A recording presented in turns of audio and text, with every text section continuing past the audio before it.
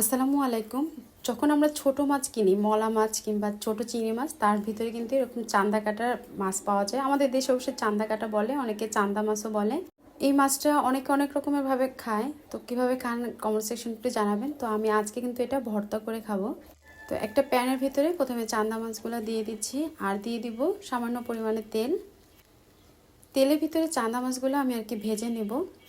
মাছটা ছোট হলেও এর কাঁটা কিন্তু বেশ ধারালো। আর এই মাছটা পেলে মানে ভর্তাটাই করি, ভর্তাটা আমার কাছে বেশ মজা লাগে। আপনারা একদিন ট্রাই করে দেখতে পারেন, আশা করছি আপনাদের কাছেও ভালো লাগবে। একটুখানি তেল দিয়ে মাছটা ভেজে নেব, 3-4 মিনিটের মতো প্রথমে ভাজবো। তারপর এখানে দিয়ে দিচ্ছি একটুখানি লবণ। যখন মাছটা ভাজতে থাকবেন তখন কিন্তু মাছটার কালারটা একদম চেঞ্জ হয়ে যাবে, মানে একদম সাদা সাদা দেখা যাবে।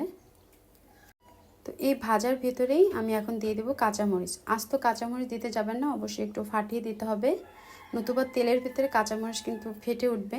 তারপর দিয়ে দিচ্ছি 4-5 কোয়ার মতো রসুন আর একটা পেঁয়াজকে খুব ভালো করে কুচিয়ে নিয়েছি।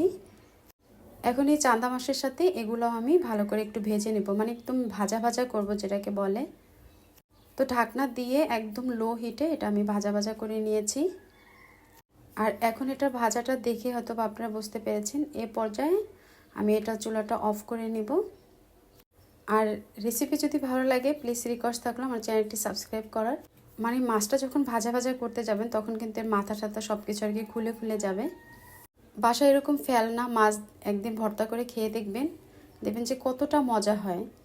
তো আর একটা তেলের কড়াইতে আমি কয়েকটা শুকনো মরিচ টেলে নিয়েছি, এখন শিলপাটার ভিতরে দিয়ে দিচ্ছি। আর এই মাছ ভর্তাটা কিন্তু অবশ্যই শিলপাটায় বেটে নিতে হবে, কারণ ওই যে দেখিয়েছি আমি যে কাঁটাটা ওটা কিন্তু বেশ শক্ত হয়। তো শিলপাটার ভিতরে মানে 3 থেকে 4 বারের মতো আমি এটা বেটে নিয়েছি, যাতে করে কাঁটাটা হাতে না লাগে। আর এই মাছটা যখন সরাতে যাবেন তখন একটা চামচ ব্যবহার করতে পারেন, এতে করেও আপনার হাতে কাঁটা লাগার কোনো সম্ভাবনা থাকবে না। তো মাছটা 3-4 বারের মতো বাটার পরে এখন দিয়ে দিচ্ছি সেই শুকনা মরিচ, আর শুকনা মরিচের উপরে একটু লবণ দিয়েছি, এতে করেও শুকনা মরিচটা কিন্তু খুব তাড়াতাড়ি আর কি বাটা যায়। আর এ পর্যায়ে কাঁচা একটা পেঁয়াজ আমি এখানে অ্যাড করে দিলাম, আর একটুখানি ধনিয়া পাতা দিয়েছি। ধনিয়া পাতাটা দিলেও কিন্তু বেশ সুন্দর একটা গন্ধ আসে, যেটা খেতেও আর কি ভালো লাগবে।